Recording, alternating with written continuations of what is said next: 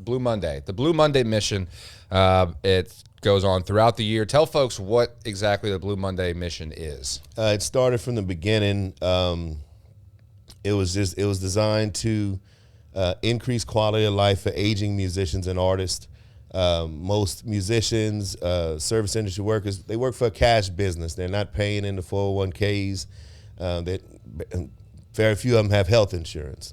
And here in Louisiana, specifically Acadiana, we're built off of our music and our food. And when Sammy Parbu started identifying some of these older musicians who didn't have a savings for various reasons, didn't have much access to service for various reasons, I wanted to utilize Blue Monday Jam, which was every second Monday of the month, to help highlight and educate the community on the need of the people that created the culture. Here, as everybody knows, throughout Acadiana, you talk about Lafayette, first things out of your mouth is music, food, fun, and everything like that. But whenever you find some of these older musicians living in situations where we could do better, not even to get into the details of it, but I think that if majority of the public knew the reality of what it takes and the sacrifice it takes to create this culture that we love, if they truly knew on the back end how they end up retiring and then dying, they wouldn't have that problem paying the $20 at the door or tipping the bucket, And that's what Blue Monday Jam, really the intention of it. It was to bring these people together, bring the community together, especially a retired community, let them see the people they grew up listening to. And what was beautiful about that monthly jam is that very quickly the younger musicians started coming.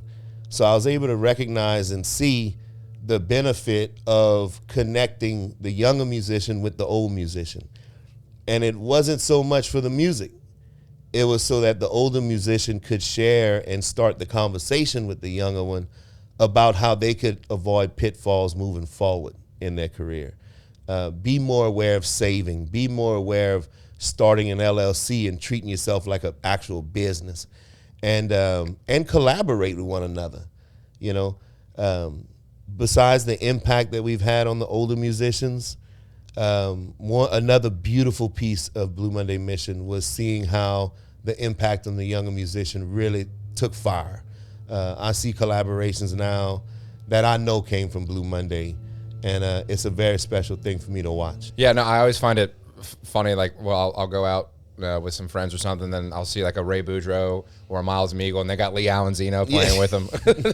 Hey, in Lee Allen's defense, especially Ray and Lee, that was a relationship that was there before me. Mm-hmm. Lee Allen Zeno, Cal Fran would tell me, Lee, he liked peanut butter. He liked to spread himself thin. Mm-hmm. And I say that lovingly because Lee Allen is very prolific. He's played with a lot of these younger cats. Ray Boudreaux, he was on Ray's first album. He had played with Mark Broussard already.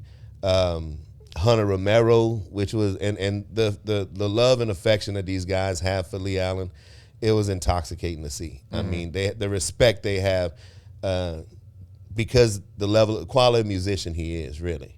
You just got to shut up there and appreciate that he's there. Yeah, absolutely. Now, Lee Allen is kind of the band leader of the Blue Monday All-Stars, which is essentially the house band for these Blue Monday jams and some of these other events that Blue Monday is kind of associated with. Tell folks just a little bit about the Blue Monday All-Stars and what that powerhouse. I mean, it's exactly that. It's a powerhouse band, Grammy Award winners, Louisiana Hall of Famers, Steve Adams, Lee Allen Zeno, Tony Gula, and then we bring in a lot of different surprise guests over the years. I mean, we've had Kenny Neal, Anthony Dupsy is somebody we love, Sir Reg. We've had so many people that step in and play, and the dynamic in the beginning was with Lee, because truthfully, my biggest blessing in Blue Monday was sitting down with like Warren Storm, Little Buck, Cal Fran, Lee Allen Zeno, Steve Adams. These cats gave me the game when it comes to the music industry. I'm not going to say the music business because there's not much business in this thing, but the music industry. and they taught me very early on how to recognize things, because not everybody's out for themselves, really, which was another beautiful component of Blue Monday, because I feel it brought people together very intentionally. But in the beginning, Sammy was concerned about musicians coming, historically, and I'm not trying to be rude, but historically, creatives can have a little bit of an ego in things. No. Right? Like, since when? But when I tell you, when Lee Allen's sitting on that stage, I don't care who walks through the door. They go and tap Lee Allen on the shoulder first. Hey, so can I play today? and so Lee Allen just commanded that respect, and it kept the flow on the stage very clean. Were there some people that felt slighted because they didn't get up and play that time? Yes. But like Lil Buck said, you can start whenever you want to start, but if it says it ends at 9, end it at 9 and leave them wanting more. So we had a very controlled jam. We weren't going till 10, 11 o'clock. We do it on a Monday, and you got more than what you came here for, because you never knew who was showing up. And for those musicians who maybe didn't get on, we had developed a contact system for after, let me know, and we'll make sure that we invite you the next time, and then even highlight you, and then jam with you. you know? Sometimes even they show up the week before or 2 weeks before in this room to practice. Yeah. And then they can plug in a couple of songs and be ready to absolutely jam. Yeah. I mean, at one point we were curating shows. Yeah. I mean, by year 3, end of year 2, year 3, I mean, it was a hell of a lot more than a jam. I mean, we were doing like country rhythm and Blue Monday. We did collaborative shows with the symphony in town. It was just, the collaborations were off the charts, man. It was beautiful. But this year has kind of gotten back to more of its roots, and when it comes to the Blue Monday Jam. And I know we were messing with the potential to maybe make it quarterly, then back to the monthly. Where did things kind of end up by here, at the end of 2024? And looking forward to 2025, what can folks expect from a Blue Monday Jam, which is kind of the heart and soul of the Blue Monday mission? Amen. So, Blue Monday was seriously impacted by COVID, of course. And, with the brand of my private company and the mission of Blue Monday, I mean, I take care of old people. So there was no way that I could be out there claiming I take care of old people and like pushing for, hey, let's play. So Blue Monday mission didn't go away during COVID. We fed, with the help of Gerald and a few other people. We fed a lot of people throughout COVID, and we helped a lot. But then coming out of COVID, we'd been away from the Blue Monday Jam monthly for so long that I was almost intimidated to get back into it, because I'd feel that time gap with so many other things, hence new projects that came out. So I said, okay, let's do it quarterly. The board of directors said, we're going to do this quarterly, decrease the expenses, let's go. Focus more on the mission, raise the money so we can actually start impacting, even the younger musicians again. And after the first one we did, the band comes in the back in the kitchen. I'm cleaning the kitchen in the back at Grouse Room.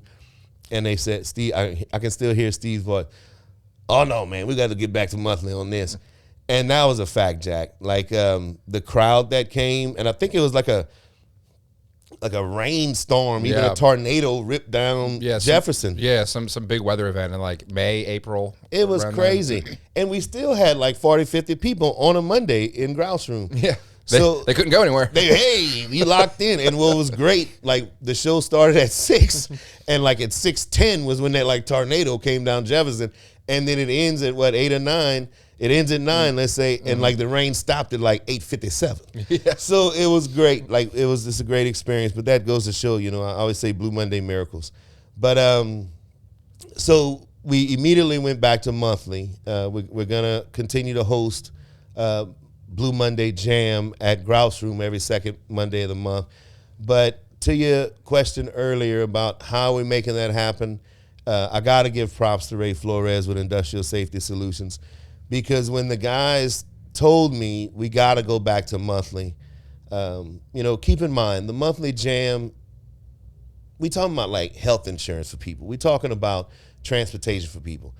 A jam won't necessarily bring in the money that we need to really impact.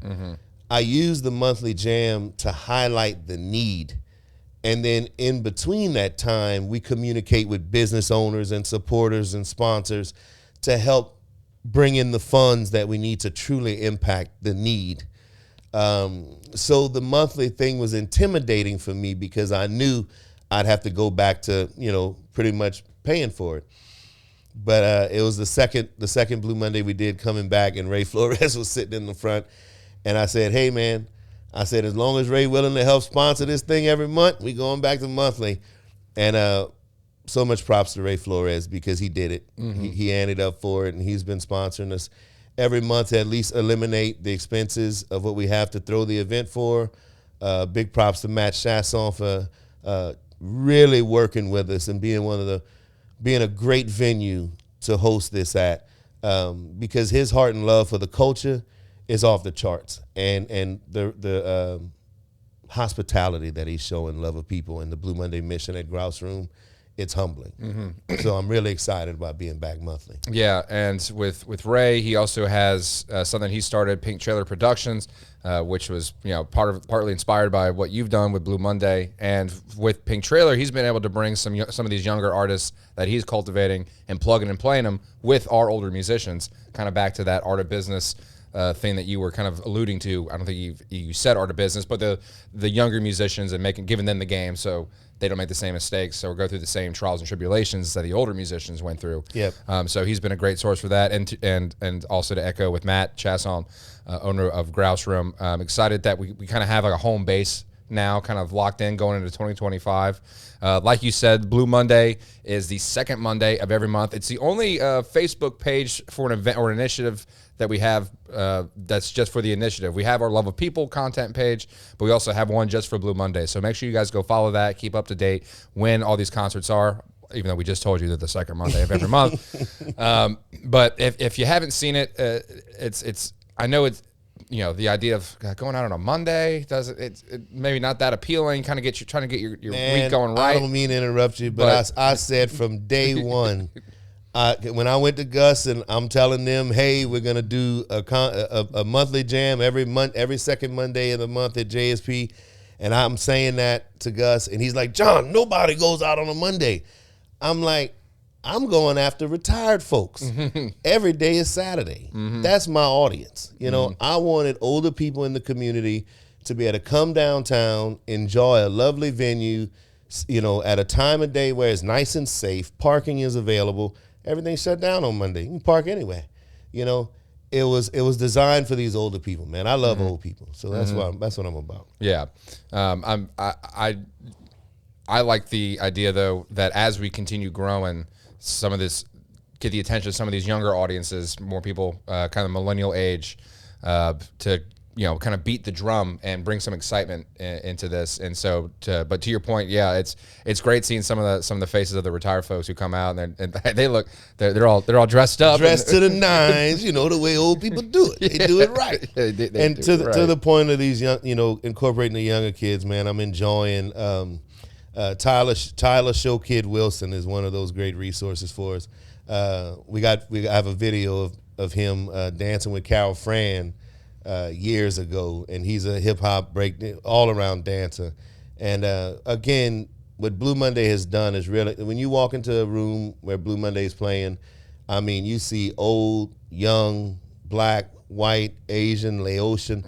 It's just it's what make Acadiana special in one room. Yeah, absolutely. And it's been cool to see the Blue Monday All-Stars play on stages like at Festival International. You go up and you kind of give your spiel about what Blue Monday is, how this whole thing got started. You're holding court in front of all these people at Festival. Right. It was the year that we opened for Festival International, and I had we did a tribute, living legend tribute. And we, Cal Fran got a special award. Lil Buck was up there. Oh man, that was a show.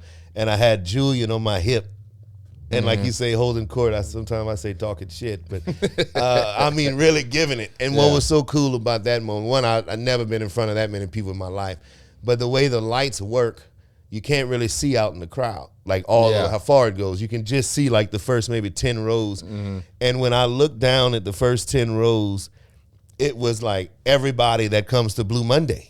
it was literally like I felt like I was in a Blue Monday room. I can remember seeing like Jerry Prejean's face, Patron. It was the faces that I see once a month, and they were standing all right there in the front of the stage, big smiling. It was amazing. Yeah.